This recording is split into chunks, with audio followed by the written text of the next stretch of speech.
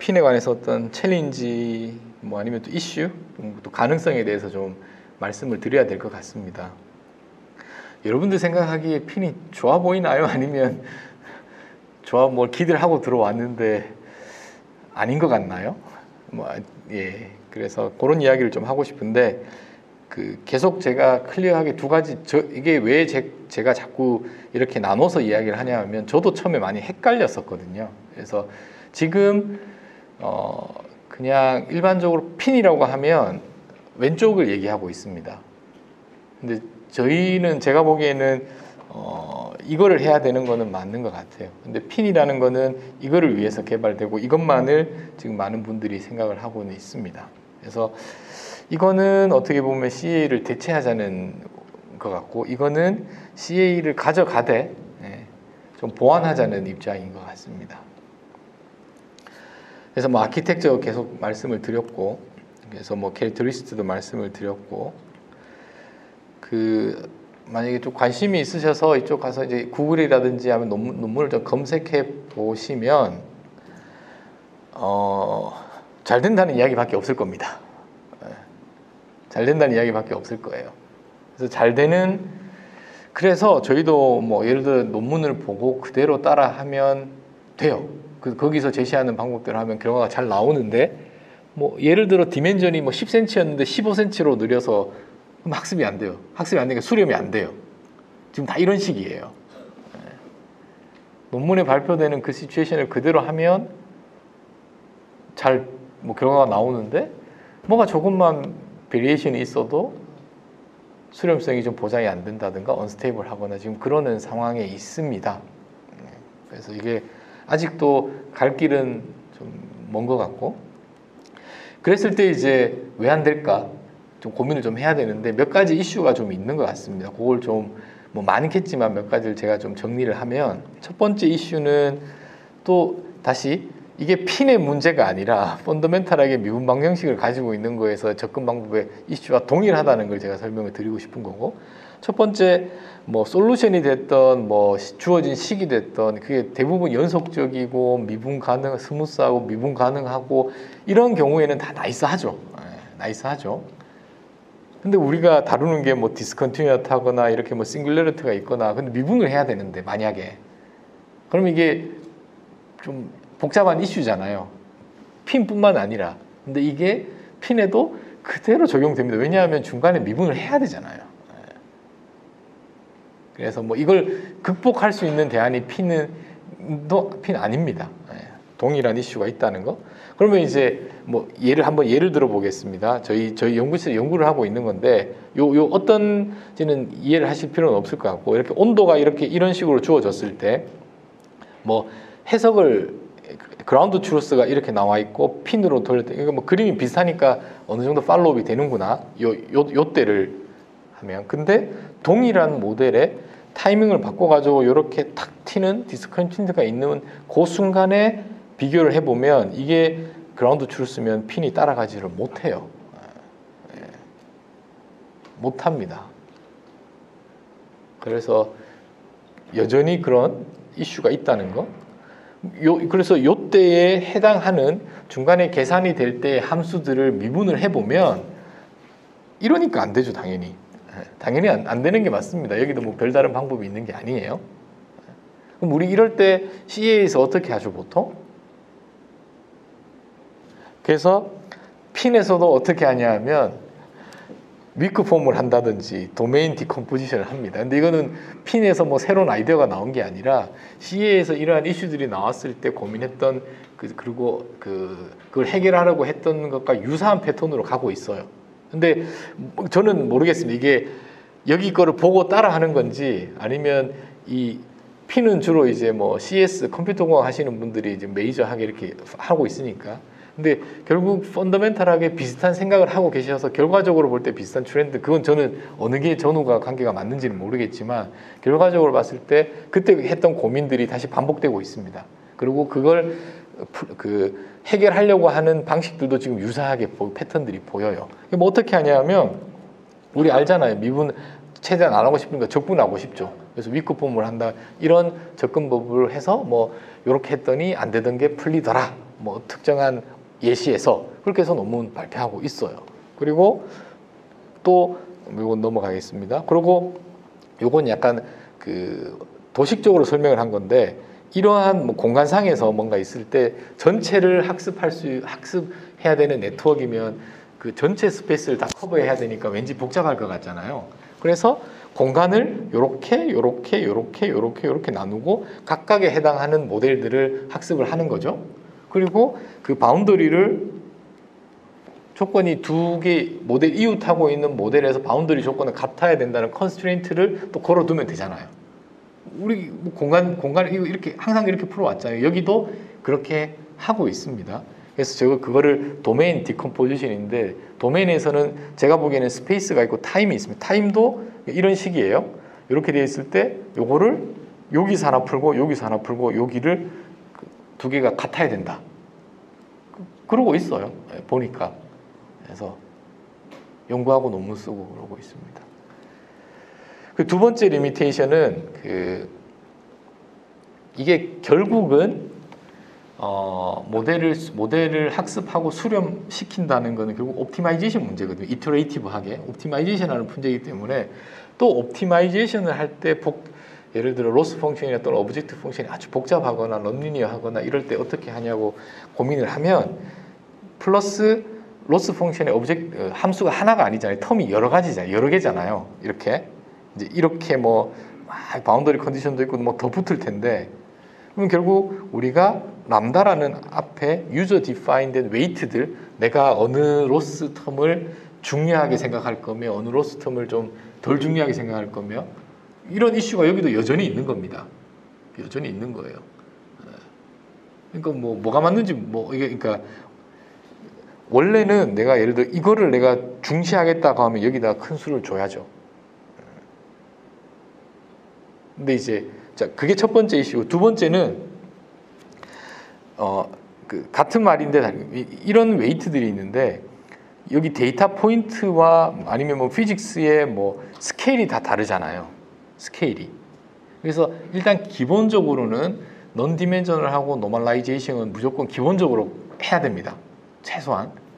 그래서 최소한 거기서 나오는 스케일에 대한 서로 다름은 저희가 할 수 있는 한 줄이고 그게 첫 번째고 두 번째는 이 람다들을 어떻게 디파인 할 거냐가 이슈겠죠. 근데 우리 항상 보면 어떻게 나오냐 하면 그러니까 여기서 노멀라이제이션은 당연히 들어가야 되는 거고 이럴 때 어떻게 디파인 할 거냐고 했을 때 일반적으로는 이게 컨스턴트한데 항상 이럴 때는 어댑티브하게 하는 게 좋다. 항상 이렇게 얘기하잖아요. 그래서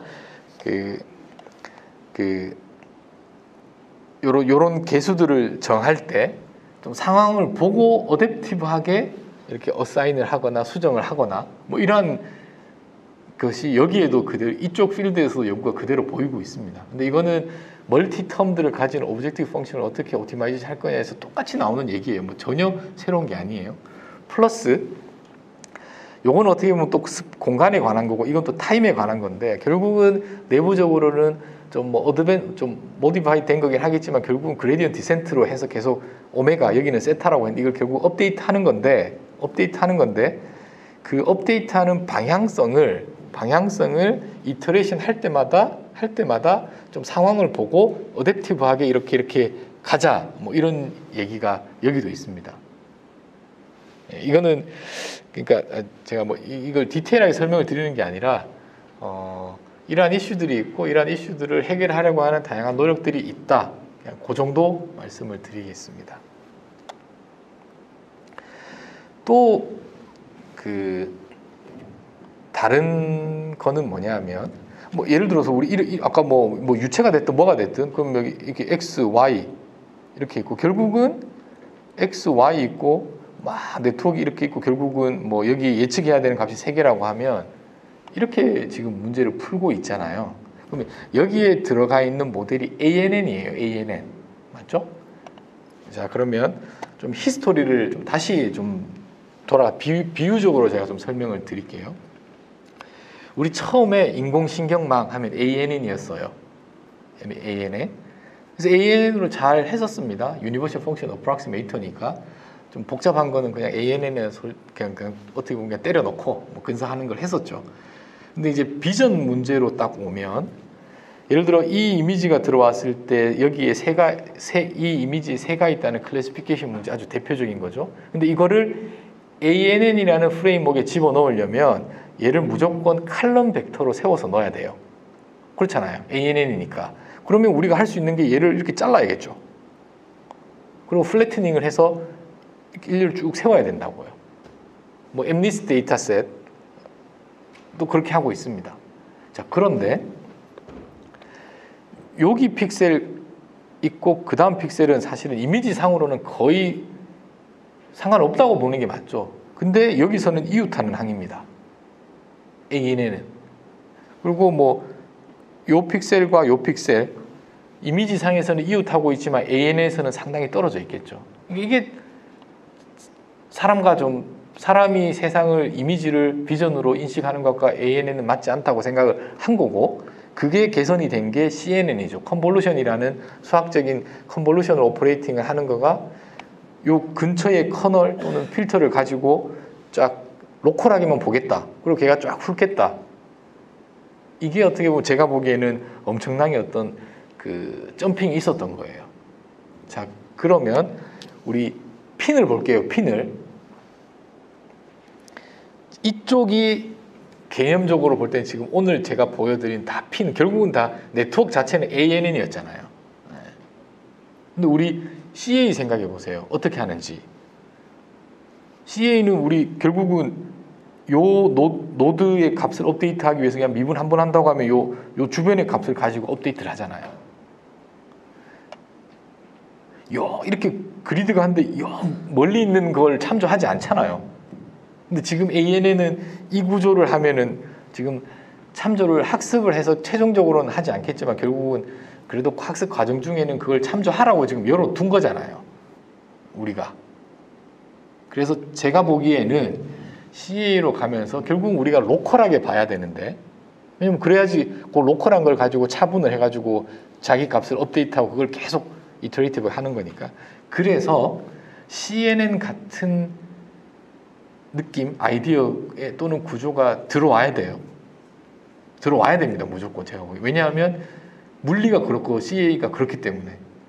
근데 이제 우리만 이렇게 생각하느냐? 당연히 아니겠죠. 그렇게 해서 Physics Informed Convolutional Neuronet이라는 게 연구가 되고 있고, 컨볼루션은 또 마음에 안 드는 게 이게 정확하게 그리드여야만 되잖아요.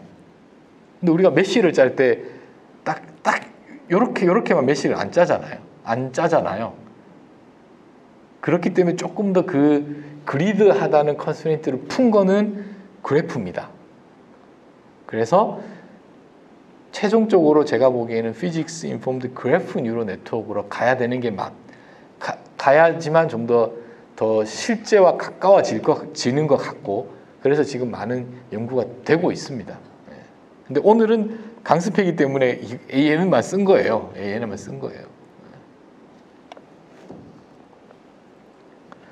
뭐 그래서 지금 요 제목에 ANN과 CNN 느낌으로 타기 위해서 지금 계속했던 핀, 그리고 그러니까 Physics Informed Graph Neural Network에 대한 거를 좀 도식적으로 그림을 그렸습니다. 그래서 결국 계속 제가 보기에는 CA 쪽에서 메쉬 아니면 거기에서 아이디어를 가지고 와서 이쪽에다가 모델에다가 구조적으로 집어넣어야 돼요. 근데 그걸 하고 있다. 이렇게 해서 결국은 컴퓨테이션이 이피션트해질 테고 빨라질 테고, 그러면 수렴성도 좋아지고 개선되겠죠. 그렇게 가야 된다라고 보고 있습니다. 왜냐하면 CA가 좀 힘들어하는 부분들이 얘가 장점이 있어야 되는데 몇 가지를 좀 고민을 좀 해보면, 일반적으로 딥러닝은 학습은 오래 걸리지만 이밸류에이션 하거나 인퍼런스를 할 때는 그냥 되잖아요. 그러니까 좀 뭐 예를 들어 여기인데 이렇게 중앙에 아까 유동 문제에서 뭐 동그라미였다가 뭐 사각형이었다가 삼각형으로 이렇게 바뀌면서 뭐 유동의 장이 조금씩 변할 텐데, 이걸 CFD도 얘를 풀었다고 해서 얘를 푸는데 시간이 빠른 게 아니잖아요. 전혀 그냥 다시 푸는 거잖아요. 그리고 지금 저희가 강습회에서 소개해드린 핀도 마찬가지예요. 이거 학습하는 그 배운 지식이 여기를 학습하는 데 쓰이지가 않습니다. 전혀. 그냥 다시 리셋하고 다시 학습해야 되는 거예요. 그런데 저도 모르겠어요. 근데 이러한 뭔가가 여러 번 반복을 통해서 학습이 된다면 그 배운 지식들을 킵하고 그 뭐 새로운 뭐 모양이 들어왔을 때 좀 더 빨리 할 수 있는 여지는 핀에는 있어요. 네, 여지는 있어요. 근데 그쪽으로 가야 된다가 큰 하나의 장점. 이렇게 되면 이제 디지털 트윈으로 스토리가 연결이 돼요. 디지털 트윈으로 연결이 됩니다. 이렇게 되면. 왜냐하면 디지털 트윈에서 제가 볼 때 가장 큰 허들은 해석 시간이거든요. 근데 이렇게 인프루언스가 되면 이제 애큐러시는 떨어지겠죠. 근데 이제 뭔가 그 결과가 바로바로 나와야 되는. 그래서 저는 제 개인적으로는 핀을 요 방향으로 지금 좀 많이 보고 있습니다. 하나 제가 생각하는 포텐셜 가능성이 있는 거고, 두 번째는 멀티 피직스 문제. 기존에 우리가 CA로 하려면 피직스가 다르면 막 이게 뭔가 복잡하잖아요. 얘 한번 풀고 잠깐 섰다가 또 그걸 가지고 와서 또 요거 풀고 왔다 갔다 하고 뭐 수렴도 어렵고 뭐 복잡하고. 그런데 단순하게 그냥 무식하게 얘기해서 P는 어차피 물리식을 그냥 로스 펑션에다가 레귤러라이즈 텀 그냥 넣는 거잖아요. 이 물리가 열 전달 문제인지 고체 문제인지 얘는 상관 안 하잖아요. 그래서 멀티 피직스 문제를 좀 풀어봤을 때 기존 CA, 트래디셔널 CA보다 조금 뭔가 개선되는 게 있을 가능성이 좀 또 여기에 좀 여지가 있는 것 같습니다. 뭐 저도 아직 안 해봐서 모르겠어요. 이건 다 연구 토픽이라고 생각을 하고 좀 여지 멀티 피직스 문제에서 좀 그 가능성이 있지 않나 싶습니다. 또 마지막으로 이제 요금하고 끝이 낼 텐데 오늘 중간에 질문이 나왔었어요. 기존의 CA는 그러니까 그 유니크한 솔루션이 있어야지 탁 나오잖아요. 뭐 그게 뭐가 하나라도 미싱이 되면 일포즈된 프로블럼이라서 솔루션이 여러 가지가 못 푸는 거죠, 그러면. 근데 핀도 마찬가지입니다. 그러니까 첫 번째 얘기했던 핀으로도 마찬가지예요. 솔루션 못 찾아요. 근데 우리가 두 번째 의미로 핀을 쓰면 데이터가 있잖아요. 측정치가. 그랬을 때는 뭔가 조건이 미싱이 돼서 못 푸는 건데 데이터까지 보니까 풀 수 있는 여지가 있습니다. 있어요. 풀 수 있어요. 그러니까 그 상황만 맞으면 제가 보기에. 그래서 여기 그런 요런 우리가 기존 전통적으로 생각하는 일포즈된 프로블럼을 풀 수 있는 여지가 있다. 데이터를 참조할 수 있기 때문에 라고 생각을 하고 있습니다.